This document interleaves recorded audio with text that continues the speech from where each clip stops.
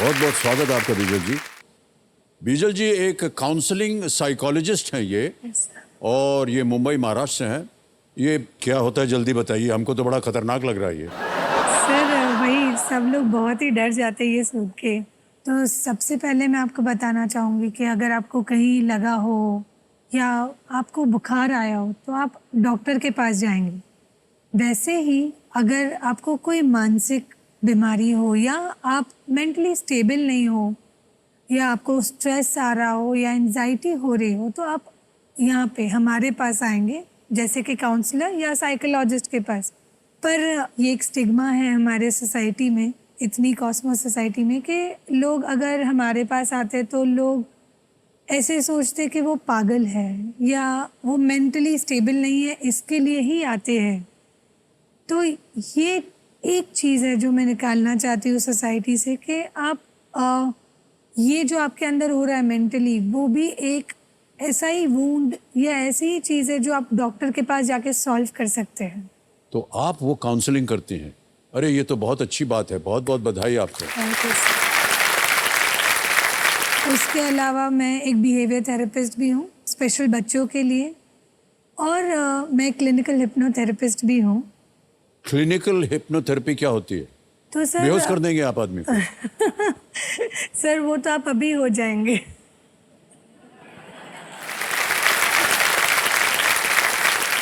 Okay जी, तो क्या होता है उसमें? जो सब लोग बोलते हैं हिप्नोथेरेपी, सब लोग पेंडुलम यूज करके करते, तो मैं वो यूज नहीं करती। ये एक स्लीप अवेक स्टेज है जहाँ पे ना आप पूरी तरह सोते हैं ना पूरी तरह जागे रहते हैं, पर हम आपके सबकॉन्शियस माइंड में जाते हैं।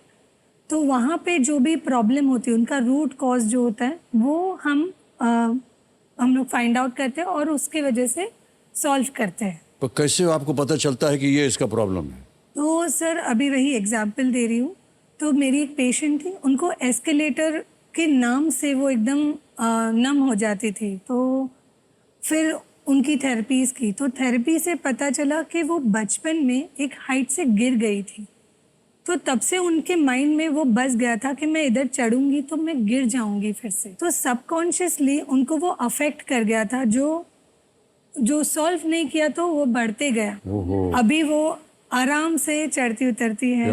ओके, ऑलराइट बीजल जी, बहुत अच्छी अच्छी बातें हो गई आपके साथ, बहुत सारा ज्ञान प्राप्त हुआ हमें, और आप इस कार्य में बहुत से लोगों की सुविधा के रूप में काउंसलिंग करें। बहुत बहुत बधाई।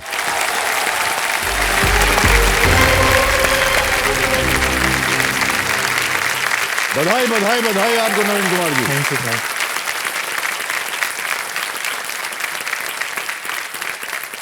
इधर मत थपथपाइए, पहुंच गए हैं आप हॉट सीट पर। बिलीव नहीं हो रहा सर अभी भी। नहीं, बिलीव क्यों नहीं हो रहा? इतनी जल्दी आपने जवाब दिए, सही जवाब दिए, सबसे कम समय लगा और जोड़ जाड़ कर आप प्रथम स्थान पर पहुंच गए। आज हॉट सीट पर आ गए हैं आप। तो देवियों सज्जनों, मेरे सामने आ गए हैं नवीन कुमार जी हॉट सीट पर। ये national institute of cancer prevention and research में अपर डिविजनल क्लार्क हैं, नरनौल हरियाणा से आए हैं। बहुत बहुत स्वागत आपका। ये जो जहां आप कार्यरत हैं, एक क्या है ये? इंस्टीट्यूट है, अस्पताल है, क्या है? सर मैं national institute of cancer prevention and research में कार्यरत हूँ, यूडीसी के पद पर। ये जो इंस्टीट्यूट है वो कैंसर के इलाज को लेकर रिसर्च करता है। बहुत बहुत बधाई आपके सर। सांप देख लिया था मैंने। हाँ। ऐसे ही छोटा था तो मैं घर पे आया तो मेरे को बुखार चढ़ गया था, वो भी दूर से, इतना दूर खड़ा था तब भी मेरे को। अरे सर क्या बताएं आपको, हमारा तो न जाने कितनी बार बुखार चढ़ा। मैं ये सोच रहा था कहीं काट लेता तो क्या होता। हम जिस व्यवसाय में काम करते हैं, हाँ, कई बार सर सर ऐसा दृश्य करना पड़ता है कि वो सांप आ गया और उससे बात करनी पड़े। देखने की तो बात छोड़िए, और वो सांप खड़ा है, उससे बात कर रहा है। कब भैया क्या चाहिए तुमको, काटना मत हमको, देखो हाथ जोड़े हैं हम, प्लीज थैंक यू वेरी। ऐसे बात करना पड़ता है सर। कई बार तो दूर है। हाँ। एक छवि थी साहब, वो निकल आता हमारे छाती के ऊपर, चेस्ट पे था। हाँ सर। है ना? हाँ जी सर। भाई साहब हम बता नहीं सकते हैं, प्राण निकल गए हमारे। हमने कहा भाई साहब हमको पिक्चर से निकाल दो, हम ये सीन नहीं कर पाएंगे। बड़ी मुश्किल से उन्होंने कहा सर कुछ नहीं, हम आपके सामने रबड़ का सांप रख देंगे और आप अपना पूरा डायलॉग अलग बोल दिया। मैंने कहा हाँ ये ठीक है। Yes sir. तो आ गया रबड़ का सांप। हम उससे बात किए, कहा भैया क्या हाल चाल है, देखो तुम जाओ यहाँ से, अपनी टोकरी में घुस जाओ, ये वो। सीन खत्म हो गया, बंद हुआ, ताली वाली बज गई। हाँ सर। उसके बाद में वो असिस्टेंट आया, बोला सर रबड़ का नहीं था, वो असली था। क्या sir? Thank you so much, thank you. तो देखिए सज्जनों, देखिए आज का ये जो एपिसोड है ये बहुत ख़ास है, क्योंकि आज है केबीसी के इस दौर का 100th एपिसोड, 100 एपिसोड।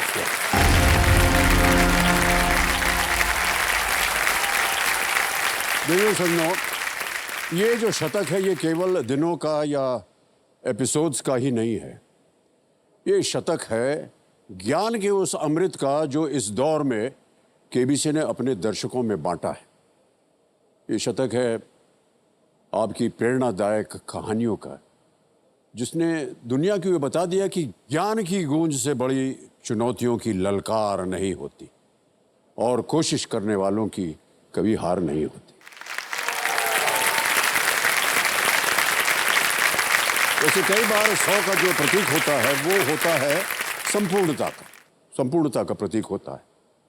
देखिए आप एग्जाम्स में 100 से ज़्यादा मार्क्स नहीं ला सकते, मोबाइल को 100% 100% से ज़्यादा चार्ज नहीं कर सकते, लेकिन यहाँ 100 से भी आगे जाया जा सकता है, क्योंकि यहाँ मिलता है आपका प्यार, जो हमें भरोसा दिलाता है कि हर दिन हर साल हम आपके सामने विनम्रतापूर्वक प्रकट होते रहेंगे।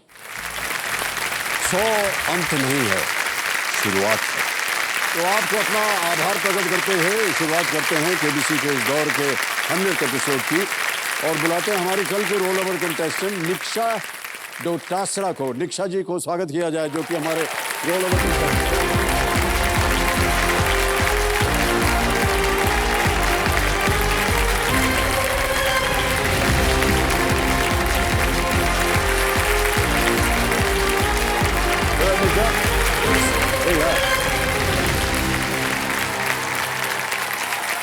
तो सज्जनों, ये है निक्षा जी, और कल निक्षा का खेल शुरू होने से पहले ही समय की समाप्ति की घोषणा हो गई थी, लेकिन हम उम्मीद करते हैं कि आज अपने ज्ञान से निक्षा जी जो हैं ये ढेर सारे पॉइंट्स यहाँ से जीत करके जाएंगे। निक्षा जी, एक बार फिर आपका बहुत बहुत स्वागत। Thank you sir. कंपेनियन के रूप में शायद आप अपने माता पिता को लाए हैं। जी सर। उनका परिचय हम देते हैं। प्रणाम करता हूँ आप दोनों को, और आपका बहुत बहुत स्वागत हमारे स्टार के लिए। तालियां बज जाए इनके लिए। ऑलराइट, तो निक्षा जो है ये, इनकी उम्र 14 वर्ष की है, ये 9th स्टैंडर्ड में पढ़ रही हैं, बीकानेर राजस्थान से आ रही हैं। निक्षा, एक बार आप बता दीजिए कि आपको कैसा लग रहा है। अनबिलीवेबल एक्सपीरियंस हो रहा है सर, समझ में नहीं आ रहा क्या कहूँ सर, आप सामने बैठे हो बस इतना हाँ काफी अच्छा, है। ये जो पढ़ी पढ़ाई चीज़ें हैं हर कंटेस्टेंट आके यही बोलता है। सर नेचुरल है ये। नहीं, नेचुरल नहीं, हर बोलता है सर मैं बता नहीं सकती हूँ कि मैं कितने, अभी बिल्कुल बिलीव नहीं हो रहा मेरे, तो ये सपना है आप मेरे सामने बैठे, लेकिन मैं कहता हूँ कि आप मेरे सामने बैठी, इसलिए मेरे लिए ये स्पेशल हो गया। अच्छा, हम सही कह रहे हैं, हम ऐसे ही फेंक नहीं रहे हैं। मैं आपको दिल की बात बता रहा हूँ। मेरे लिए जो कंटेस्टेंट होता है ना, वो जैसे हमने जो किसी के घर में हम जब किसी को बुलाते हैं, तो घर का जो मेहमान होता है ना, वो कितना महत्वपूर्ण होता है, कितना इम्पोर्टेंट होता है। जी, उसके लिए अच्छा खाना बनता है, देखिए किस तरह बैठा है, उसका आदर सत्कार करते हैं, है कि नहीं? हाँ जी सर। इसी तरह जितने भी कंटेस्टेंट आते हैं, मुझे लगता है कि मैंने उनको अपने घर में बुलाया है, थैंक यू सर। और इसीलिए आप मेरे लिए बहुत खास हैं।